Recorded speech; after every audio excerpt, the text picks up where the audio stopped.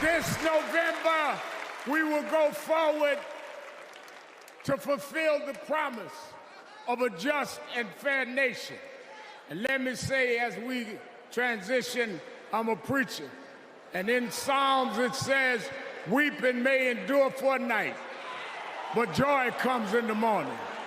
We've endured January 6th. We've endured conspiracy theories. We've endured lies and areas of darkness. But if we stay together, black, white, Latina, Asian, Indian American, if we stay together, joy, joy, joy, joy coming in the morning.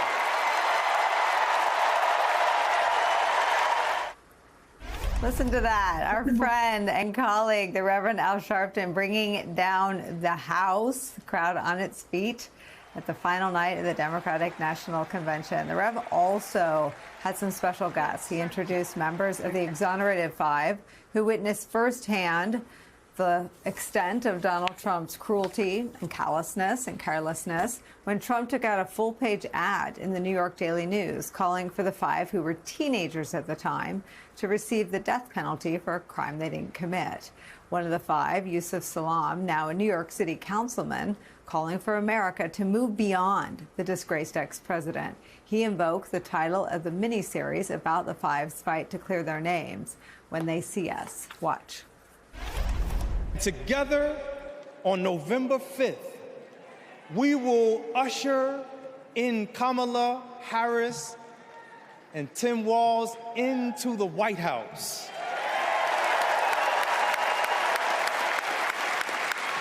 So I want to do this.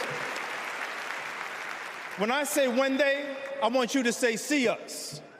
When they, see us. When they, see us.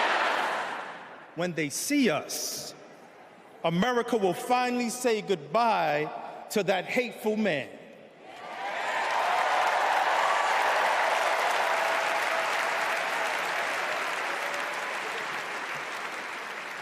We will say what I have said after 7 long years of wrongful incarceration.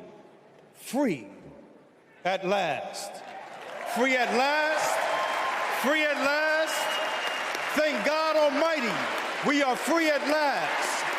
God bless you, and God bless the United States of America.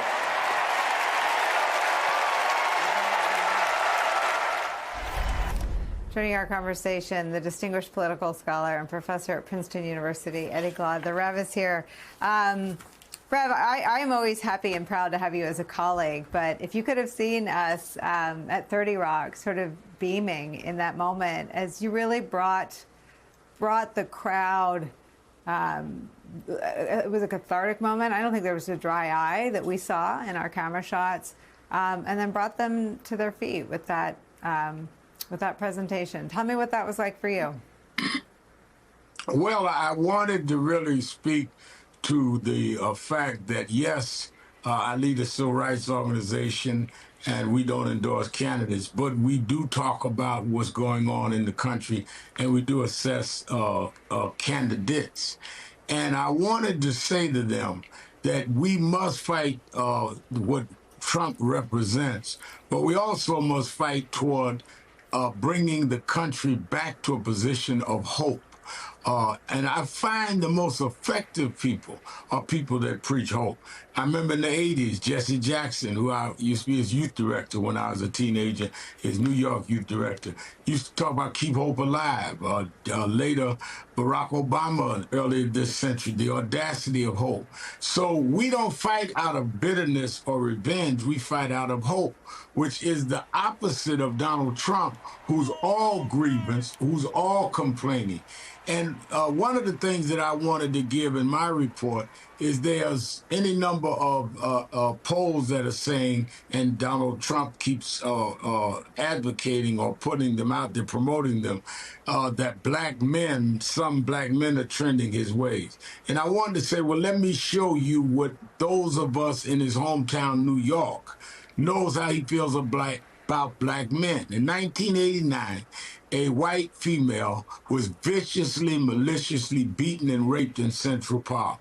It was one of the most incorrigible acts we've ever heard of. They blamed 5 young black and Latino young men, 4 who were in the park that night, coerced them into confessions. One of their mothers called me and Nash Action Network and other groups, and we said we don't believe they were the ones that were guilty. In no way do we condone what happened to her, but we don't feel they did it. And these were coerced confessions. They were convicted, went to jail. The oldest one, who was only 16 at the time, Corey Weiss, did 13 years in jail. And they got out when someone in jail, after all those years, inadvertently told another inmate that he had did it. They matched the DNA, and they had to release these young men. Where do you go doing 13 years in jail for a crime you didn't commit? We hired Corey Weiss at National Action Network for 3 years till they got a settlement from the city. Donald Trump not only called for them to get the death penalty in '89 when it happened, he said the city should never settle with them, and he continued to advocate against them. So that's why I wanted the people to see this is how he deals with black men in his own town. We can all be wrong about a case, but to advocate a death penalty and then to come back years later and say, don't even settle when DNA proved that they were not the ones involved. And I thought it was a dramatic and important way to make our report to the convention last night. And to see these young men never gave up hope. Corey's an advocate and an activist. The rest of them have lectured at schools. And Yusef Salaam is a New York City councilman. They did not drown in a sea of cynicism. They represented hope against some of the most egregious things that I've seen happen. And part of it, the spear of it, was Donald Trump. And let me say this in closing, Nicole. Donald Trump never took a position on any other race case in New York. Not Howard Beach 35 years ago that happened in the borough of Queens where he was born and raised. Never opened his mouth. Bensonhurst, which was going on at the time of Central Park. Yusuf Hawkins killed a black young man, killed just to be in the neighborhood, all the way to George Floyd.